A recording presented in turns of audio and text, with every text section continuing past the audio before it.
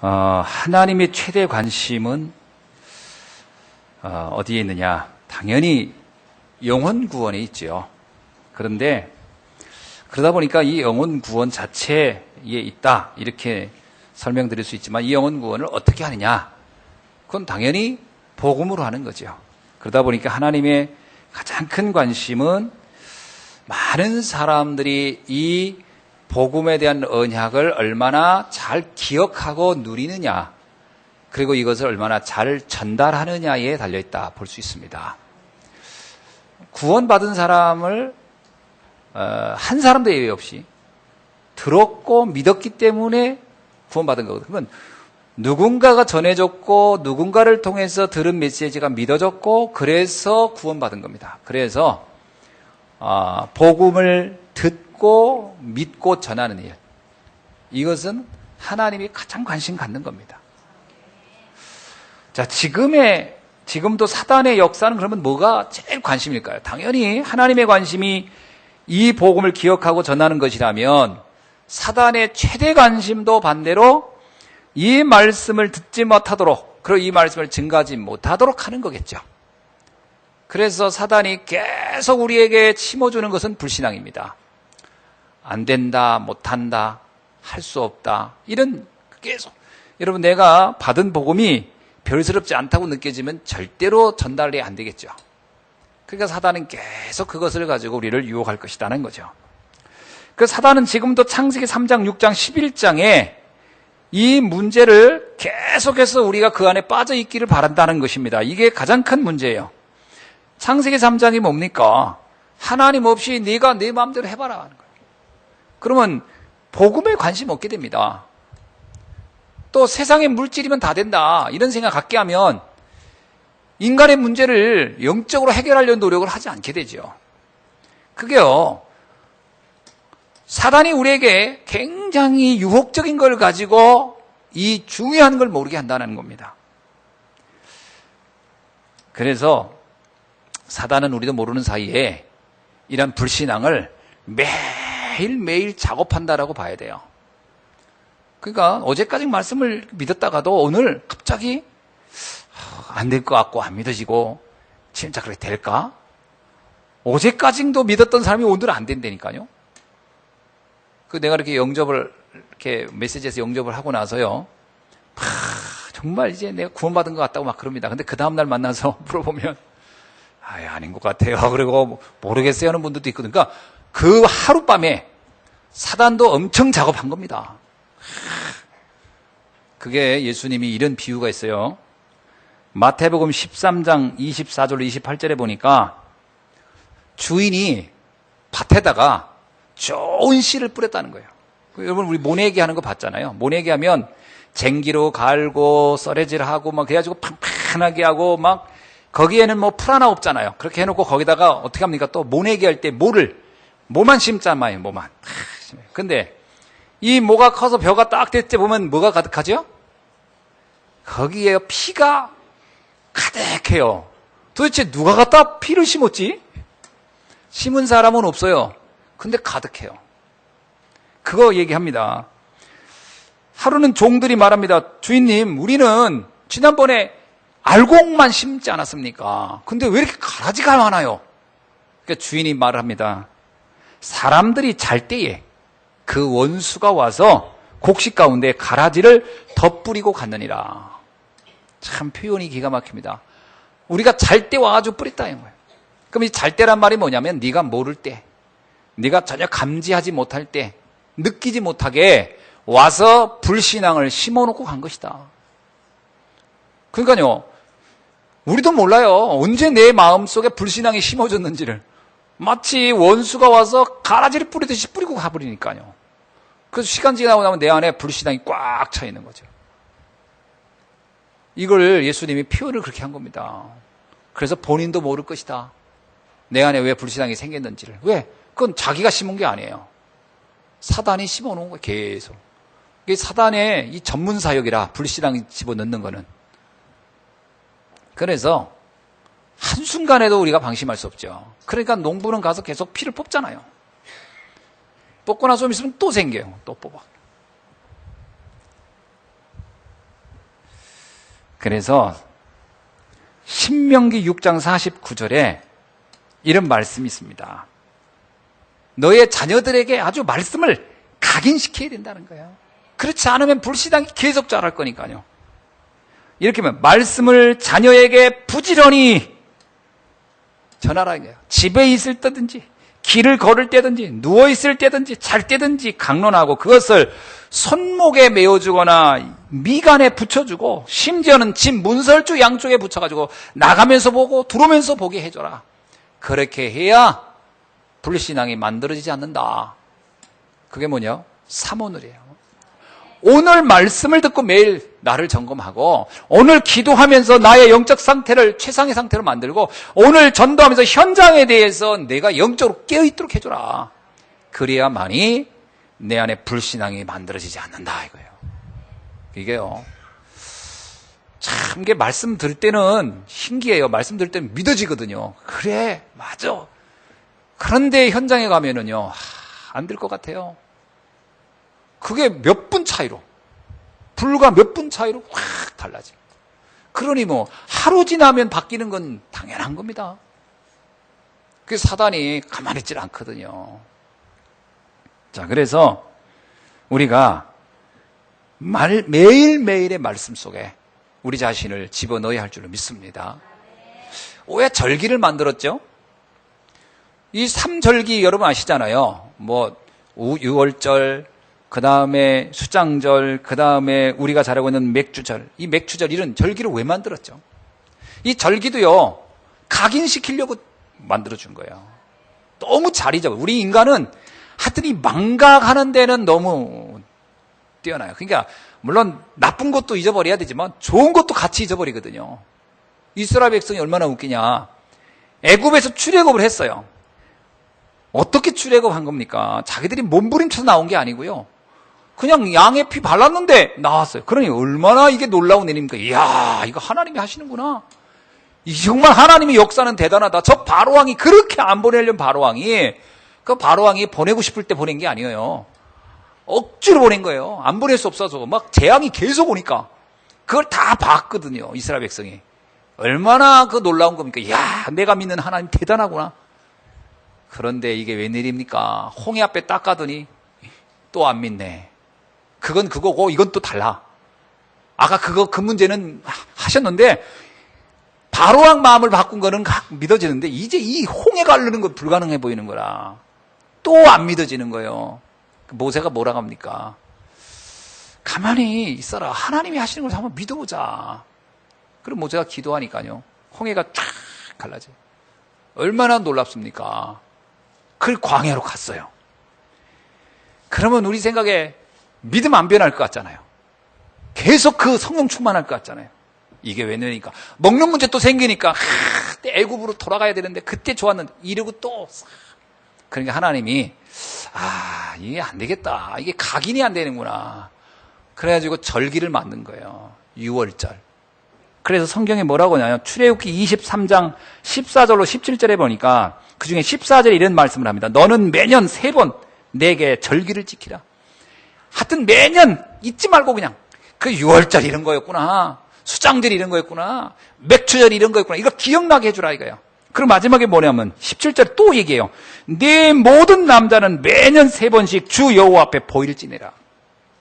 하나님 앞에 와서 점검하라 이거야. 내가 지금 신앙생활 잘하고 있는지. 그거를 아주 각인시켜주라는 거예요. 6월절이 뭐죠? 나를 구원하신 하나님의 은혜예요. 잊지 말라는 거예요. 잊어버리면 안 된다는 거예요. 맥주절은 뭡니까? 하나님이 늘 너를 인도하지 않았냐. 인도해 받는 거 잊지 마라. 우리요 조금만 문제 오면 하나님이 나를 떠난 것 같아요. 조금 문제 오면 나 혼자 이 세상에 혼자 있는 것 같이 착각한다니까요. 아니라는 거예요. 그 다음에 수장절이 뭡니까? 너의 미래 하나님이 보장했으니까 조금만 기다려보라는 거예요. 추수해서 거둔 걸 감사하라는 얘기거든요. 그 단순한 얘기가 아닙니다. 광야에서 먹을 것도 없는데 거기서 수확을 했다. 대단한 거지요. 심지어는 거기서 저장할 수가 있었다는 거예요. 근데 그 저장했다는 얘기가 뭐 미래에 두려움이 없어진 거죠. 왜 거지가 매일 걱정합니까? 내일 먹을 게 없으니까. 그러나 저장이 되면 내일 걱정이 안 되잖아요. 그런 부분을 이제 말씀을 해주신 거죠. 근데 이게 한 세대 지나면 어떻게 돼요? 다 잊어버려요. 또 한 세대가 지나면. 그럼 다음 세대 가면요, 깜깜해져요. 그래서 이 언약의 전달이 우리 후대로 가는 것이 굉장히 중요합니다. 그래서 오늘 제목이 뭐냐? 언약의 3대 손이에요. 아브라함이 1대, 아브라함의 아들 이삭이 2대, 그리고 그의 아들 야곱이 3대. 언약의 3대 손이에요. 이렇게 언약이 전달되어서도 변함이 없어야 된다는 거예요. 그 언약에 웬만히 각인되지 않고는 안 되는 거죠. 그래서 언약 전달의 중요한 부분은 뭐냐? 각인입니다. 희미하게 전달해 보세요. 가끔 우리가 그런 게임 있잖아요. 사람들 쭉 세워놓고 뒤에서 이제는 귀에 대고 얘기합니다. 물동이, 그럼요. 그럼 앞으로 가면요, 말동이가 돼요. 물동이 말동이 되고. 여기서. 그게 이게요, 이 전달 과정에서 왜곡되기도 하고요. 그리고 자기가 들은 대로 얘기해버리고요. 어떤 경우는 전혀 엉뚱한 결론이 나와요. 정확하게 하지 않으면 다음 때로 가면서 없어져 가요. 그래서 언약의 3대 손입니다. 복음의 명문가가 이때 만들어지는 거예요. 네? 자, 그래서 오늘 본문에 보면 우리가 성경을 읽으면서 여러분 이런 말씀이 정말 인상적이지 않습니까? 출애굽기 3장 6절에 보면요, 호렙산에서 하나님이 모세에게 나타납니다. 그러면서 말하기를, 이 모세가 이 세상 사람들이 하나님을 많이 믿고 있는데 내가 믿는 하나님이 어떤 하나님이지? 모세가 이제 진짜 이 내가 나타난 하나님이 진짜 내가 믿을 만한 하나님인지. 그러니까 하나님이 이렇게 말합니다. 뭐라고 얘기하냐면, 나는 내 조상 하나님이니 아브라함의 하나님, 이삭의 하나님, 야곱의 하나님이니라. 신기하죠? 이 말씀을 꼭 해요.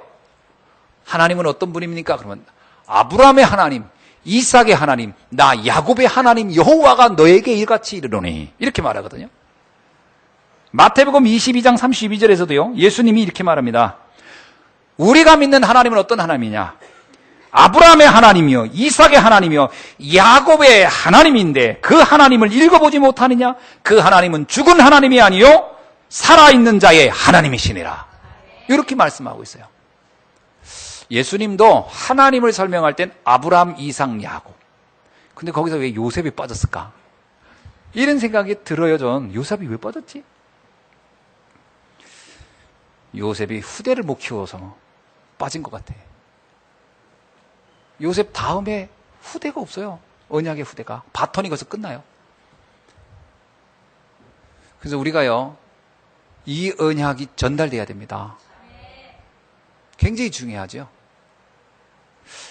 그래서 오늘 우리가 잡은 이 언약이, 그리고 아브람, 이삭, 야곱 3대에 걸쳐서 이루어지는 하나님의 역사를 보면 그 하나님이 우연히 일어난 게 아님을 알게 되겠죠. 어떻게 사람들 의전에 무슨 일이 있으면 이거 우연히 됐겠죠. 아닙니다. 그 가문을 타고 하나님이 역사한 걸 보면 역시 하나님이 맞다. 살아있는 하나님이 맞고 하나님을 믿는 이들에게 역사하는 내용이 같구나. 그래서 이 내용을 쭉 보면, 성경을 읽다 보면요, 이 축복의 내용이 거의 동일해요. 언약의 내용이 거의 동일해요. 너로 인하여 만민이 복을 받게 하리라. 이거는 아브라함, 이삭, 야곱이 똑같은 내용이에요. 그 내 씨로 말미암아, 이것도 거의 비슷해요. 씨의 언약이 정확하게 전달이 되거든요. 오늘 여기 계신 여러분에게 이 언약 안에서 복음의 명문가의 축복을 누리는 여러분 되기를 주의 이름으로 축원합니다. 그래서 언약 각인이 우리에겐 최고의 강권이에요. 그래서 우리 인생의 승부수, 우리 후대의 승부수를 어디다 띄워야 되냐? 어떻게 각인시키느냐입니다. 각인에 따라서 응답이 달라져요. 잘못된 거 각인되면 잘못된 응답은 옵니다. 응답은 와요. 그러나 잘못된 응답이 와요. 제대로 각인시켜야 됩니다. 자, 그 중에 언약의 일대손 아브라함을 살펴봅시다. 일대손을 보면 아브라함은 세 가지의 언약을 받아요. 첫째가 뭐냐? 가나안 언약이죠. 아브라함이 받은 가나안 언약은 여러분 잘 알고 있듯이 이거는 메시아가 올 땅에 대한 언약이에요. 다시 말하면 오실 그리스도에 대한 언약이에요. 이 아브라함이 이걸 알고 있었다는 거죠. 왜 하필이면 수많은 사람 중에 아브라함을 택했을까?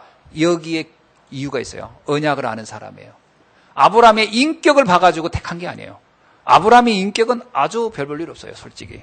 제가 보기엔 그렇게 우리가 존경하거나 모델로 삼기가 불가능, 그렇게 삼으면 안 되겠다 싶을 정도래요. 보세요. 성경에 보면 아브라함은 창세기 12장에 보면요, 경제 어려움이 오니까 애굽으로 내려가서 아내를 이렇게 누이라고 속여가지고 그 상황을 모면하려고 합니다. 창세기 11장 6절에 보니까 또 자기가 뭐 불신앙해가지고 부인 얻은 거 아닙니까? 하갈. 근데 하갈하고 사라 사이에 갈등이 생겨요. 그러니까 이 사라가 아브라함 찾아와서 얘기합니다. 이거 당신 책임지라. 내가 당신한테 이렇게 부인 줬더니 이 여자가 임신하자마자 나를 학대한다. 그러니까 아브라함이 뭐라냐면, 그럼 네가 네 마음대로 해라. 그래가지고 사라가 얼큰이 잘 됐다. 그래가지고 하갈을 얼마나 괴롭혔는지 성경에 이렇게 나와요. 사라의 학대로 하갈이 도망갔더라. 야, 이게 둘이 다투면 좀 이게 화해시켜야 되는데 그런 것도 없어요.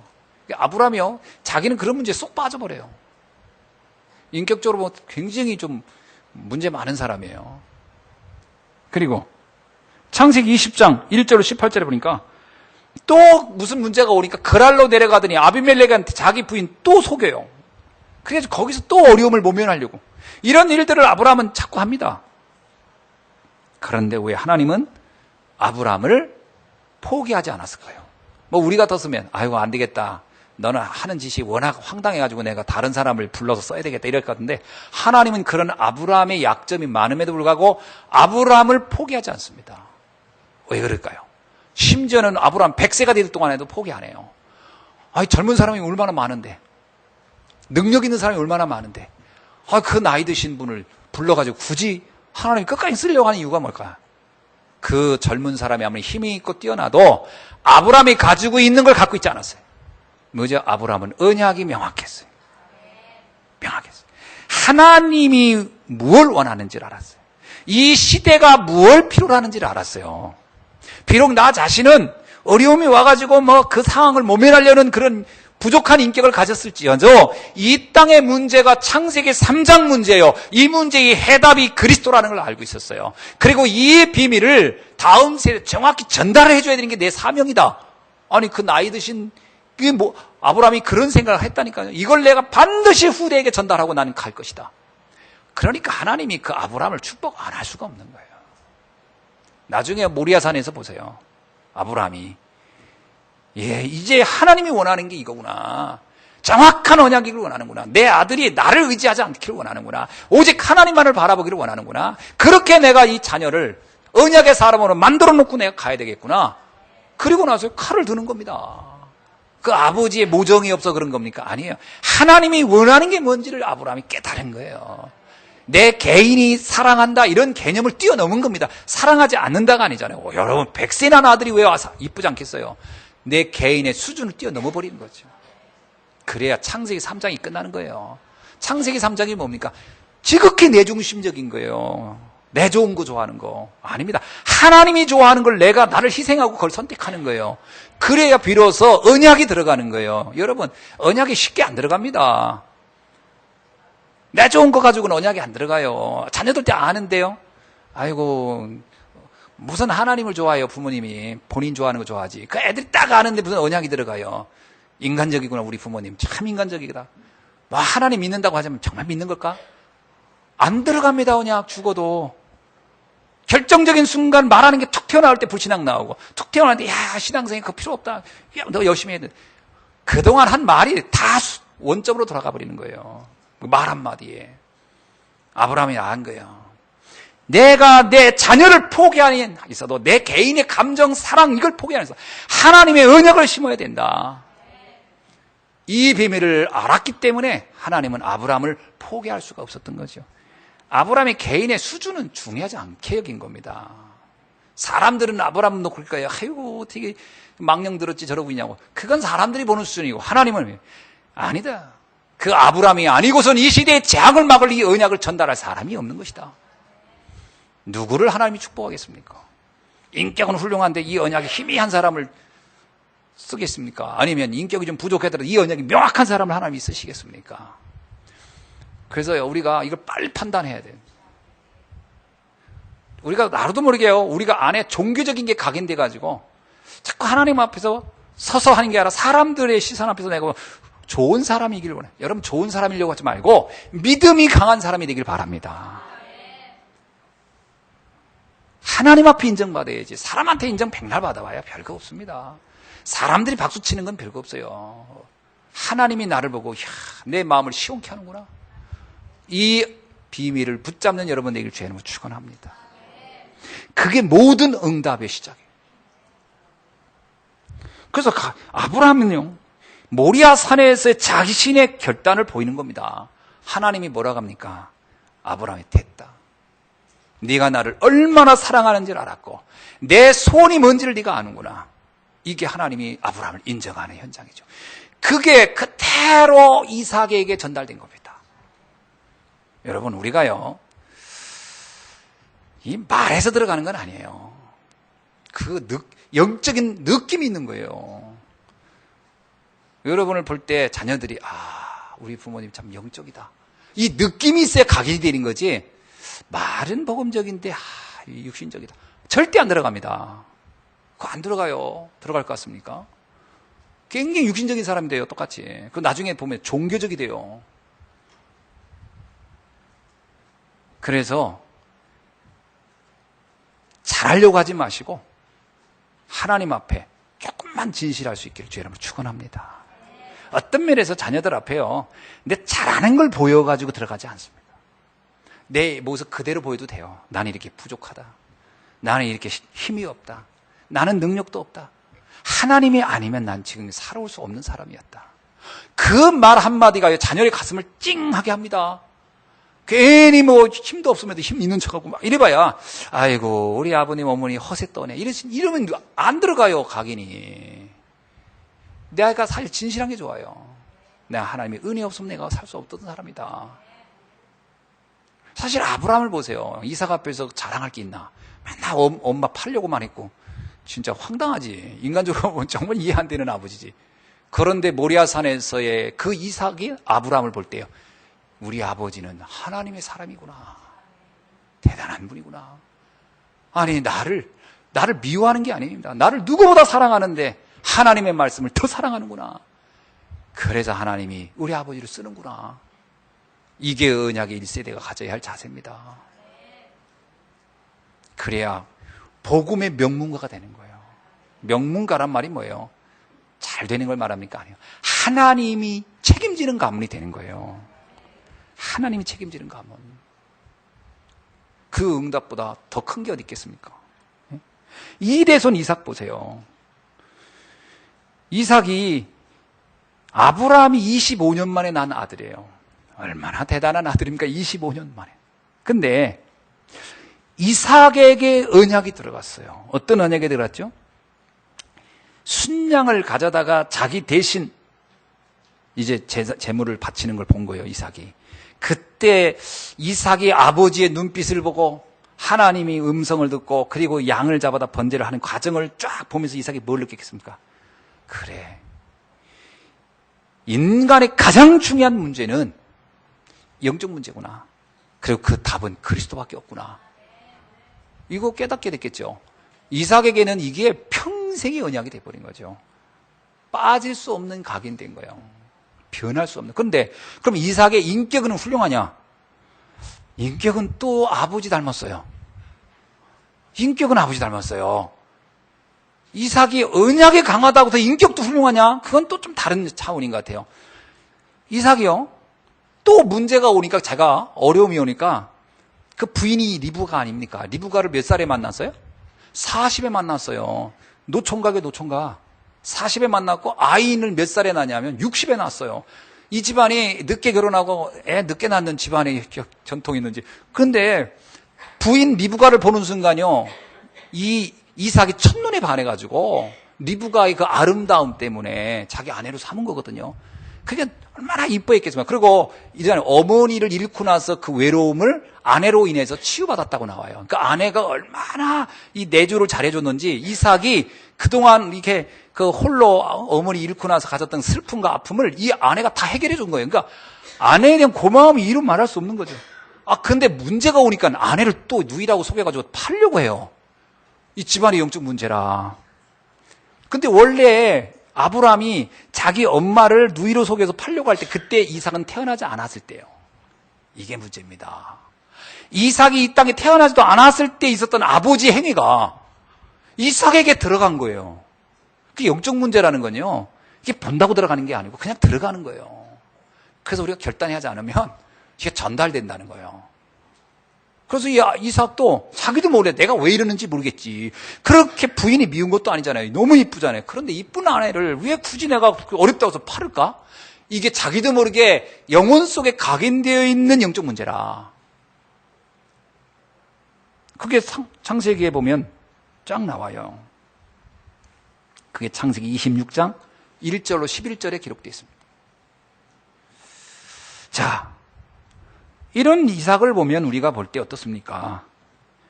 참 여러 가지 문제가 있어 보이잖아요. 근데 하나님은 그런 이삭에 대해서도 전혀 문제지 삼지 않아요. 하나님의 관심은 어디에 있다? 언약에 있어요. 성경을 한번 봅시다. 26장을 한번 보면요. 26장 11절로 12절을 봅시다. 이 아비멜렉의 그랄의 왕이었는데, 자, 11절 보세요. 26장 11절. 아비멜렉이 이에 모든 백성에게 명하여 이르되 이 사람이나 그의 아내를 범하는 자는 죽이리라 하였다. 이건요. 이삭이 사실 자기 아내를 누이로 속인 거는 이삭의 실수잖아요. 근데 하나님은 아비멜렉에게 막 경고합니다. 너 그 이삭과 그 아내 건드리면 안 돼. 그런 날엔 내가 너희를 다 죽여버릴 거야. 그러니까 이 아비멜렉이 깜짝 놀라가지고요. 부하들에게 명령을 내리는 겁니다. 이삭과 이 아내를 건드리지 말라. 건드리는 자는 내가 가만 안 놔두겠다. 하나님이요. 이렇게 아브라함과 이삭을 보호해요. 왜 보호할까요? 이들을 통해서까지. 언약을 가진 자요. 언약의 전달자이기 때문에. 그게 하나님의 최대 관심이에요. 하나님은 그 사람의 인격이 이렇다 저렇다 그대 별로 관심 없습니다. 그럼 인격을 함부로 해도 됐단 말이냐? 그게 아니라 진짜 하나님이 중요시하는 걸 잡을 때 인생의 변화가 시작된다는 거예요. 근데 우리는 자꾸 우리가 보는 것 중에 좋은 것이 하나님도 좋아할 거라고 생각하는데 아닙니다. 하나님이 좋아하는 건 따로 있어요. 하나님이 별로 관심 없는 거 가지고 우리는 너무 많은 시간을 낭비하고 너무 거기에 시험 들고 갈등하고 그리고 세월 다 보낸단 말이에요. 하나님 볼 때 별게 아닌데. 진짜 중요한 거 붙잡으셔야 돼요. 그거 놓치면 안 돼요. 그래야 인생의 응답. 그 다음입니다. 12절을 보세요. 이삭이 이렇게 된 상황을 이삭이 그런 무슨 인격이 훌륭해졌냐? 아니에요. 이삭의 인격은 그렇게 달라진 거 별로 없습니다. 그런데 하나님은 그 이삭에게 어떤 축복을 주죠? 12절을 보세요. 시작. 이삭이 그 땅에서 농사여 그 해에 100배나 얻었고 여호와께서 복을 주심으로 12절에 그 사람이 어떻게 돼요? 창대하고 완성하여 마침내 거부가 되어. 아멘. 여러분 다 창대해지고 싶죠? 거부되고 싶잖아요. 한 해 농사 주고 100배 막 응답받고 싶죠? 길이 있어요. 이삭처럼 언약이 각인돼 버리면 돼요. 그러면 응답은 따라오는 거예요. 그 사람의 개인의 수준 가지고 되는 게 아니에요. 이삭의 수준 가지고 된 게 아니라니까요. 그러니까 이삭이 하나님 앞에 감사할 수밖에 없는 게 내 수준 가지고 내가 응답받았다 그러면 내가 잘났으니까 내가 능력이 있으니까 됐겠지. 그건 하나님하고 상관없는 거예요. 그건 반드시 문제가 오게 돼 있는 거예요. 그러나 하나님이 내 수준과 상관없이 주는 축복은 어떤 거예요? 그거야말로 진짜 감사할 일이고요. 그건 놓고 우리는 고백하는 거죠. 여러분 내 수준이 이렇다 저렇다 생각하지 마시고 언약에 더 깊이 내 마음에 중심을 담고 뿌리내리길 주의 이름으로 축원합니다. 우리 자녀를 어떻게 하면 축복되게 할 거냐? 키는 여기에 있어요. 우리 자녀가 그래서 승부수를 여기다 던지세요. 어디다 던지냐? 어떻게 하든 내가 이삭처럼 아브라함이 이삭에게 각인시킨 것처럼 이 언약을 어떻게 시킬 것인가? 여기에 한번 여러분이 집중해봤으면 좋겠어요. 아멘. 한번 이거 놓고 고민해 보세요. 내 자녀가 한번 집에 가서 물어보세요. 아이들한테. 야, 네가 정말 복음이 그래 하나님이면 내 인생이 충분하다고 너 믿냐? 한번 물어보세요. 자녀들에게. 그때 자녀들의 반응이 어떤지.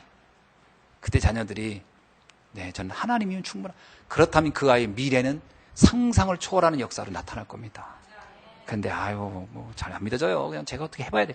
그럼 여러분 정말 거기에 집중해야 돼요. 어떻게 하면 이 언약을 전달할까에 집중하셔야 돼요. 그게 부모로서 해줄 수 있는 내가 볼 때 최고의 선물입니다. 하나님의 관심 속에 있는 아이로 만들어버려야 돼요. 하나님의 전능한 능력의 손길, 여호와의 손길이 터치하는 아이로 만들어 주셔야 돼요.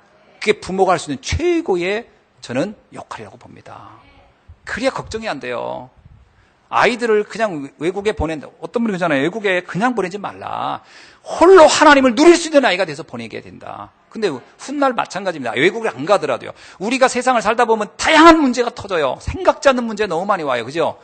우리의 예상을 초월하는 문제가, 그때 그 아이가 그 문제를 어떻게 이겨내겠습니까? 뭐로 이겨내겠어요?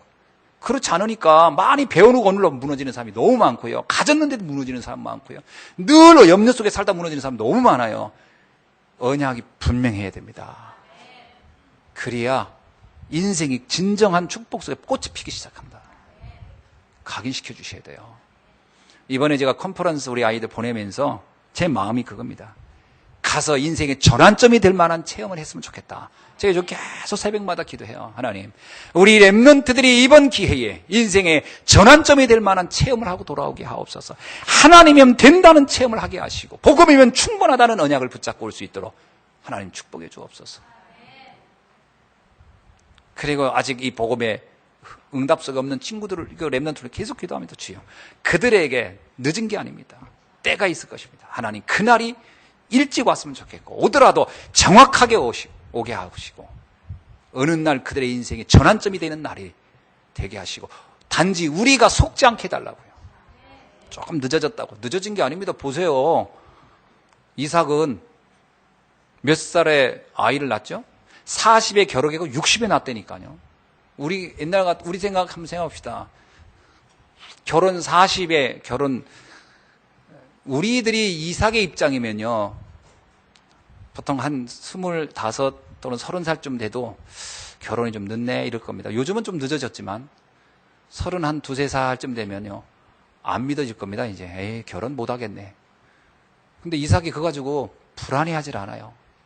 하나님이 뭐라 그러죠? 네 씨로 말미암아 원수의 문들을, 대적의 문을 얻게 하리라. 씨를 축복했거든요. 이삭이 그거 믿는 거예요. 말씀은 이루어진다. 하나님의 말씀은 성취된다고 믿는 거예요. 그러니까 40에 결혼을 해요. 근데 또 아이가 안 생기네.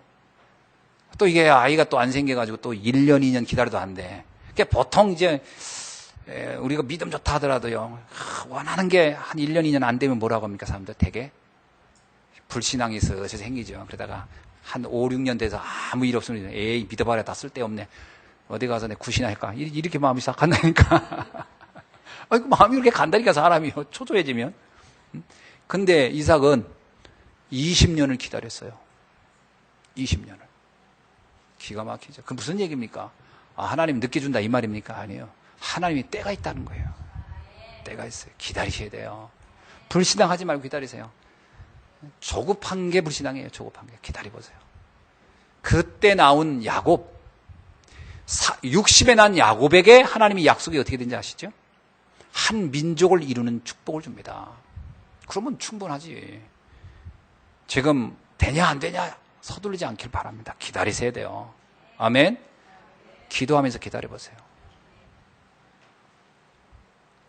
할렐루야. 나는 애들 이렇게 랩런트 만나보면 얼마나 재미냐면요, 중학교 3학년 애가 이렇게 좀 얘기하는데, 너 어떠냐 그랬더니, 저는 공부가 안 돼서 그냥 포기했어요. 중3짜리가 포기했어. 그 내가, 야, 너무 일찍 포기한 거 아니냐. 전 초등학교 5학년 때부터 그래요. 이제 시작도 안 하는 아이가. 그러면 그런 인생의 포기와 이걸 누가 심어줬을까요? 부모님이 하루 24시간 쫓아다니면서 심어준 거야. 나는 나 같은 게 되겠어, 나 같은 게 되겠어. 계속 심어준 거예요. 얘가 안 된다고 확신이 오는 거예요. 아무리 말씀을 넣어줘도 얘는 이미 엄마가 넣어준 그 각인된 불신앙이 꽉 차 있어요. 그래서 그 엄마가 하는 얘기가, 아이고, 너 같아가지고 그냥 비려나 먹겠다. 맨날 그 얘기만 하는 거예요.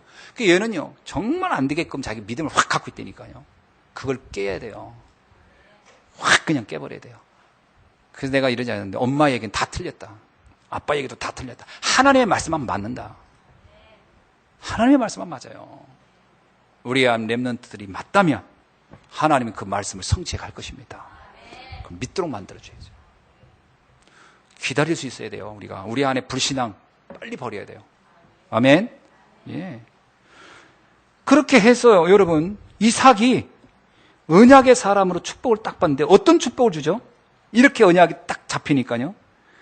성경을 보니까 오늘 아까 말씀드린 100배의 응답을 받거든요. 26장 19절에는요. 뭐가 나오죠?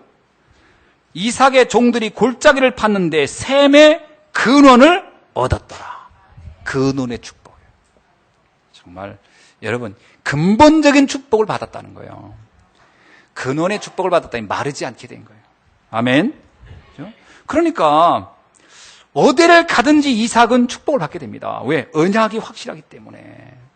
나중에는 뭐라고 나면 26장 24절에 볼까요? 하나님께서 그 이삭에게 이런 얘기합니다. 내가 너와 함께 있어 네게 복을 주어 네 자손이 번성하게 하리라. 이 언약을 이삭이 붙잡게 되고요. 이삭이 가는 데마다 그래서 창대해지고 완성되어지고 거부가 되는 응답을 받겠습니다. 왜 이런 축복을 줬을까요? 세계복음화 해야 되니까. 전 세계 살릴 사람이 돼야 되니까요.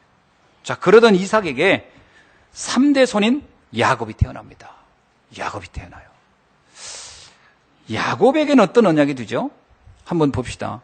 25절, 23절에 봅시다. 25장 23절에 보니까 여호와께서 이 리브가에게 이제 응답한 겁니다. 드디어 이제 60세에 출산하게 되는 이 아이를 주시는 겁니다. 뭐라고 나오죠? 시작. 두 국민이 네 태중에 있구나. 두 민족이 네 복중에서부터 나누니라. 이 야곱에게 주는 언약이 뭐냐면 민족의 언약을 주는 거예요. 그 자녀가 한 나라를 담당할 거라는 거예요. 얼마나 놀라운 언약입니까? 여러분, 언약의 3대 손쯤 가면 시대를 바꾸고 민족을 움직이는 지도자가 나올 수 있을 줄 믿습니다. 이게요, 영적으로도 깊어져야 큰 인물이 되는 거잖아요. 그러니까 3대 손 정도까지 언약이 변함없이 딱 전달되니까 한 시대, 한 나라로 결국 야곱의 이름을 바꿔줘요. 하나님이 뭐라고요? 이스라엘로. 그리고 이스라엘이라는 나라가 만들어지잖아요. 그 이름을 따라서. 민족을 만들어내는 거예요. 우리의 자손의 자손, 3대 손에 이르러 민족을 움직이는, 한 나라를 움직일 만한 그런 멋진 서밋이 나올 수 있기를 주의 이름으로 축원합니다. 우리의 손에 달렸어요. 우리가 뭘 집어넣느냐에 달렸어요. 넣는 거에 따라 응답이 다르다니까요. 잘 넣으셔야 됩니다. 그럼 야곱의 수준은 어떻습니까? 야곱의 수준은 또 이게 아브라함이나 이삭이나 크게 다를 바가 없어요. 그럼 야곱이 그러면 굉장히 인격적이냐? 안 그렇습니다. 야곱은 아주 잔머리의 천재예요. 얼마나 잔머리가 기가 막힌지. 하나님이 약속했습니다. 큰 자가 작은 자를 너를 도울 것이다. 야곱이 태어날 때부터 머리가 기가 막혀요. 처음에 나올 때 머리 열고 나오려니까 너무 힘드니까 형 딱 뒷다리 잡고 나왔어요. 그래가지고서 야곱은 나올 때부터 형을 이용합니다. 그리고 싹 나왔어요. 가만히 보니까 아버지가 형만 좋아하네? 그러니까 잔머리를 굴른 겁니다. 자, 축복을 내가 가로채야지? 그래가지고요, 야곱이 형이 아주 배고픈 날 팥죽을 딱 끓여가지고 장자권을 싹 가져가 버려요. 이 에서는요, 또 사람이 너무 이게 그냥 좋기만 하고 그냥 인격이 괜찮은 것 같아. 그게 동생이 하라는데 다 해주네? 나중에서 알았어요. 내가 이용당했다는 걸. 그래가지고 예서가 열이 나가지고 이놈 죽여버리겠다고 하는데 이미 때가 늦었어요. 모든 축복 다 가로채고 도망갔어요. 어디로? 삼촌네로. 멀리 도망가 버린 거예요. 그러니까 이 예서가 그냥 씩씩거리면서 이놈의 새끼 두고 보자고 막 그럽니다. 그러니까요, 이 야곱이라는 사람이 보면 어느 정도까지 야비했냐. 아버지 속였잖아요. 몸에다 털 붙여가지고. 형을 흉내내가면서. 그러니까 막 완전히 뭐 이 사람 속이려면 별짓을 다 하는 거예요, 이 사람이 막. 그러니까 완전히 사기꾼 중에 이런 상사기꾼이 없어요. 이 야곱이라는 이 사람의 인격을 가만히 보면 본받으면 안 돼요, 이건.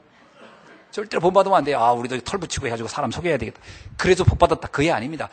그럼에도 불구하고 그런 수준이었는데 인격은 하나님은 그를 축복한 이유가 있어요. 야곱이 영적인 부분에 대해서는 굉장히 민감한 거예요. 에서는 장자의 축복이 뭔지도 모르고 관심도 없다. 그러나 야곱은 안 그래요. 영적인 세계가 얼마나 중요한지를 아는 거예요. 인격은 설사 부족한데 그의 영적인 세계에 대한 눈은 아주 맑았다는 거예요. 이게 하나님이 야곱을 축복하지 않을 수 없었던 거예요. 언약이 뭔지를 안다는 거죠. 여러분, 지금 우리가요, 아이들이 인격만 훌륭해가지고 이 세상을 변화시킬 수 있다? 아닙니다. 언약이 있어야 세상을 바꿀 수 있어요. 그거를 넣어주라. 우리 후대에게 넣어주라. 근데 이 야곱이 언제 결단합니까? 영적인 건 밝은데 이게 영적인 것과 육신적인 게 막 뒤섞여 있어요.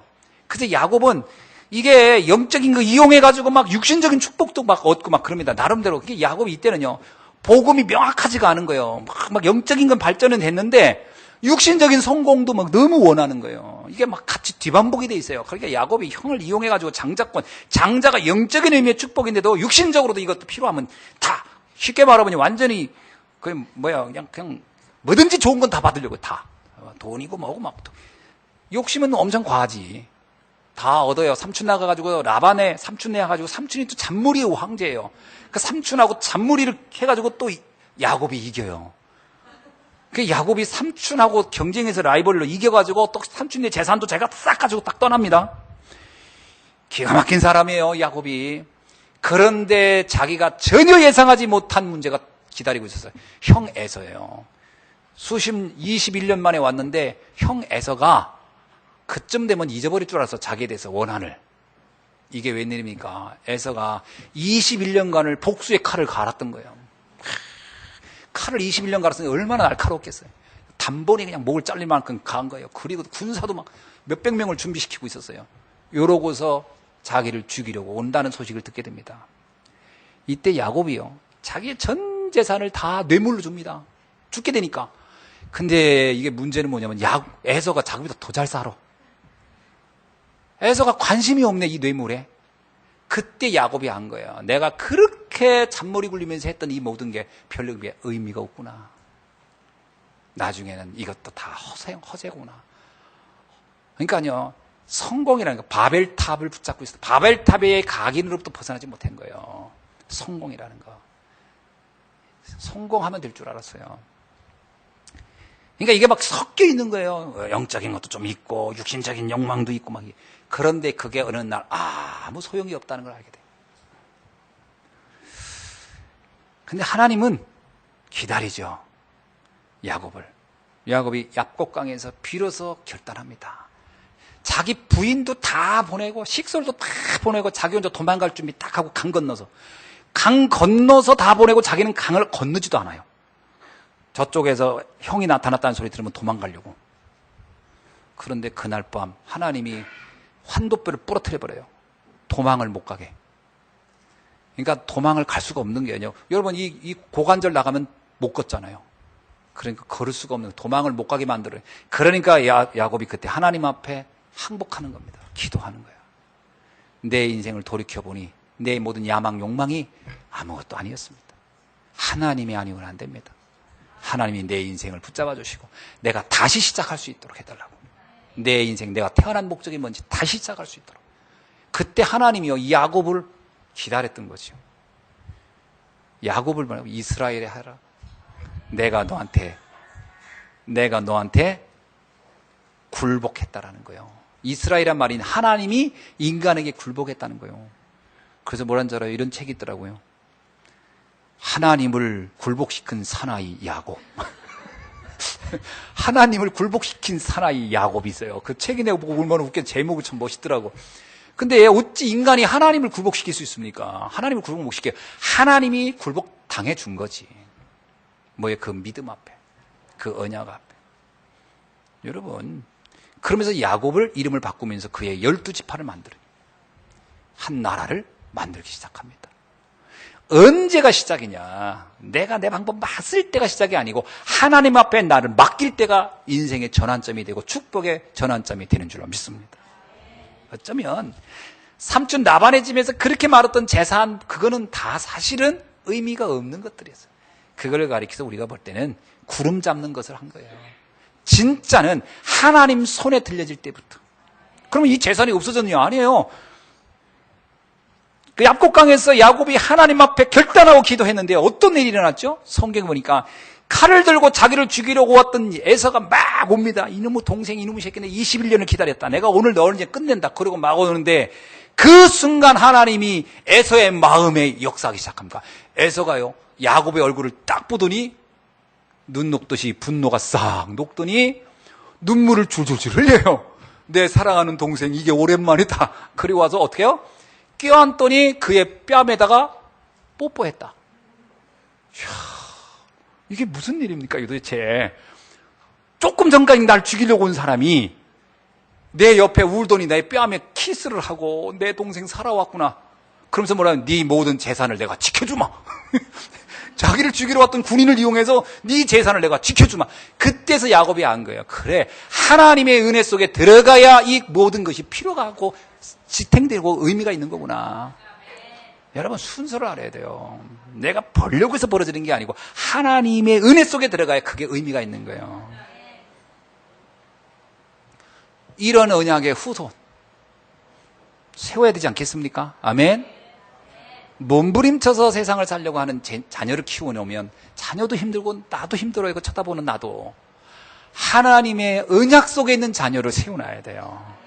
그래야 어떤 재난이 와도요, 원수가 변화해 친구가 된단 말이 이게 보통 응답이 아닙니다. 재앙이 축복을 바뀌어져야 돼요. 아멘. 보세요. 언약 속에 있으니까 아브라함이 그랄로 내려갔다가 나올 때는 재산을 줘요. 그 왕이 재물을 줘서 갖고 나와요. 여기 보세요. 그랄로 내려갔던 이삭이 거기서 그냥 농사를 져서 그 땅에서 살라고 한 거예요. 그런데 거기서 100년의 응답을 얻어요. 야곱 보세요. 자기를 주는 형이 와서 자기의 보호자가 돼버려요. 이런 인생의 전환은 언약이 명확한 하나님의 자녀에게 준 당연하고 당연한 응답인 줄 믿습니다. 그래서 성경이 뭐라고 하죠? 이거를 가르쳐 제가 제일 좋아하는 거예요. 신명기 6장 11절에. 요즘 그거 내가 말씀 많이 묵상합니다. 신명기 6장 11절.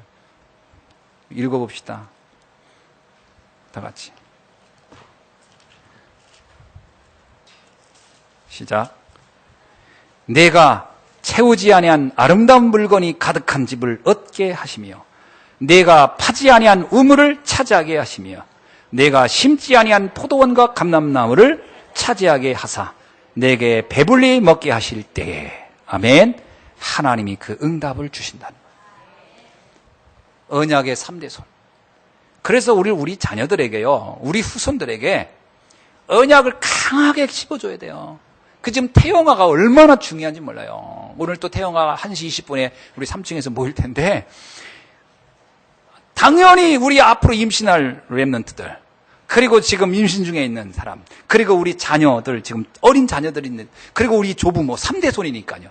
언약이 심어져야 돼요. 그래서 이러한 민족을 책임질 만한 지도자로, 영적 서밋으로 유일성의 응답 속에 가는 후대를 세워내는 여러분들에게 주의 이름 축원합니다.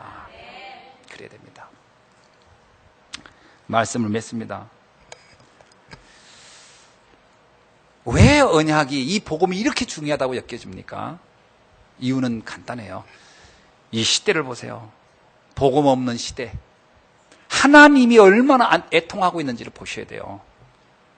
이 세상은 전부 다 지금 흑암으로 덮여 있어요. 이사야서 그러잖아요. 만민이 지금 어둠으로 덮여 있다. 온통 세계는 흑암으로 가득 차 있어요. 3단체가 전 세계를 지금 다 뒤덮고 있어요. 복음은 갈수록 희미해지고 교회는 무기력해지고 힘이 없고 복음 전하는 전도자들은 사라지고. 자, 이런 때에 언약을 가진 사람이 있다면 하나님이 그를 축복하시겠습니까? 안 하겠습니까?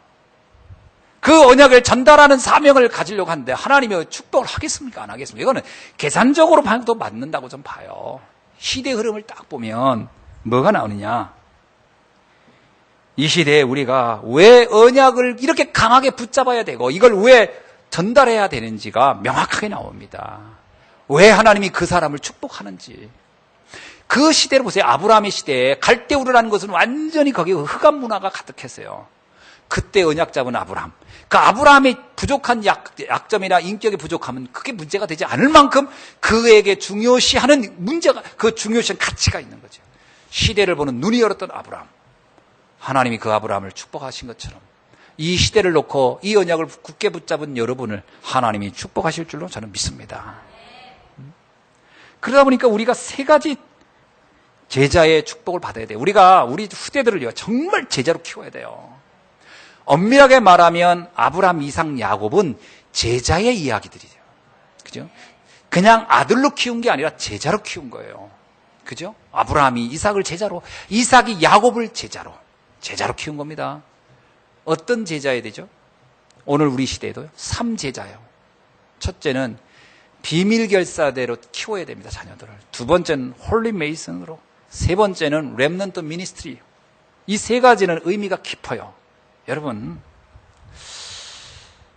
정말로 이 복음이 중요하다는 게 이해되면, 이 시대에 복음 없는 것이 가장 큰 문제라는 게 이해되면 복음 전하는 주의 종의 중요성은 당연히 알게 되겠죠. 야, 주의 종이 중요하구나. 그러면 결사대란 말 자체가 뭐냐면요, 생명 걸고 헌신하는 사람들을 결사대라고 하죠. 영화에서도 결사대 나오면 그 사람은 생명 걸고 하는 거지, 뭐 적당히 심심할 때 뭐 취미생활 하는 사람을 결사대라고 말하는 건 없잖아요. 생명, 무슨 얘기냐면 이 시대를 보는 눈이 열리면 복음의 중요성이 이해되면 복음 전하는 주의 종의 가치가 보이죠. 그러면 그를 위해 내가 생을 걸고 나는 그 일에 헌신하겠다. 결사대의 응답이 나오게 되어 있습니다. 대표적인 게 사르밧 과부잖아요. 사르밧 과부가 엘리사를 위해서 생을 걸잖아요. 그게 굉장히 중요해요. 저는 불사 아굴라가 결사대라고 생각합니다. 어떤 결사대죠? 생을 걸고 전도자 바울을 도왔던. 여러분, 이때가 되어야 창세기 3장 문제가 꺾입니다. 창세기 3장은 뭐죠? 나 중심적인 거거든요. 나 중심을 벗었다고 아무리 외쳐도 나 중심이 정말로 결단되어지는 것은 복음을 위하여, 주의 종을 위하여 시대를 놓고 내가 헌신하겠다. 생을 걸고 하겠다. 그때 내가 끝나는 거예요. 나 중심이라는 창세기 3장이 그때 결정이 나요. 두 번째는 홀리 메이슨입니다. 우리는 나를 위해서 물질이 필요하거든요. 나를 위해서. 아닙니다. 하나님의 소원을 놓고 물질이 필요할 때, 하나님이 원하는 이 시대의 흑암을 몰아낼 문화권을 바꿀 교회가 필요하고 교회의 가치가 이해되고 그것을 위해 내가 헌신하였다. 그때가 바로 창세기 6장이 끝나는 겁니다. 아, 나는 물질 중심 아니야 라고 아무리 외쳐도 내가 무엇을 놓고 물질을 필요로 하고며 무엇을 내가 헌신하느냐, 그걸 봐야 아는 거잖아요. 그래서 헌금은 헌금이 아닙니다. 제가 늘 얘기하지만 헌금은 나의 믿음의 결단을 얘기하는 거잖아요. 그래서 홀리 메이슨이란 말은 뭐죠? 메이슨 전쟁이에요. 지금 흑암은 온갖 우상의 이 건물들을 세워가며 세상을 장악하고 있는데, 이때 복음 전한 주의 교회가 필요하고 그것을 놓고 내가 헌신하겠다 라면 창세기 6장의 물질 중심인 내 이 영향력에서 완전히 벗어나는 역사가 시작되는 줄 믿습니다. 그 다음에 홀리 메이스, 렘넌트 미니스트리. 여러분, 꼭 기억하십시오. 성공하려고 하면은 무너집니다. 분명히 기억하십시오. 나는 어떻게든 성공해야 되겠다. 우리 자녀를 어떻게든 성공시키겠다. 성공을 향해 가면 야곱처럼 무너집니다. 무너집니다. 성공은 무너질 수밖에 없는 바벨탑이에요. 그게 바로 허상입니다. 그럼 어떻게 키워야 되죠? 성공하는 아이로 키우지 말고 시대를 살리는 아이로 키우시기 바랍니다. 네가 이 시대를 살려야 된다. 여러분, 넌 대통령 돼야 돼, 대통령 돼야 돼. 그건 굉장히 위험합니다. 나중에 걔 정말 문제 와요. 네가 많은 정치인을 살리는 사람이 되라. 너는 돈 많이 벌어서 갑부가 되라, 거부가 되라.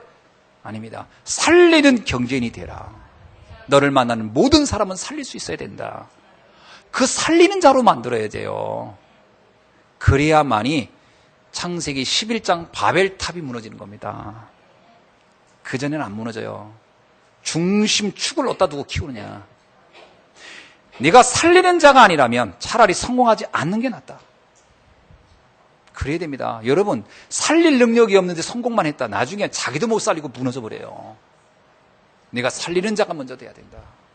진짜 생명의 중요성을 알고 현장의 안타까움을 알고 정말 유일한 답은 복음밖에 없다는 것이 결론 나야 그거 가지고 하나님이 너를 쓰실 것이다.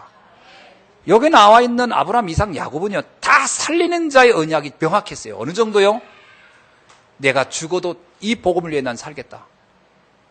그런 사람이니까 하나님이 그들에게 이런 경제를 줘도 이 경제가 이들을 타락시키지 않았던 거죠. 여러분, 말씀을 한번 잘 붙잡으시고 이제 우리 후대들을 놓고 여러분이 지금부터 한번 집중해서 기도할 수 있는 시간 갖기를 바랍니다. 하나님, 이때부터 달란트가 나오는 거예요. 내가 정말 살리는 자가 되겠다. 그 살리는 자가 되겠다고 할 때부터 달란트가요. 그걸 위해서 필요하게 나오는 기능이 달란트 아닙니까? 그때부터 유일성이 나오고요. 그때부터 서밋이라는 말이 의미가 있는 거예요. 서밋이 뭡니까?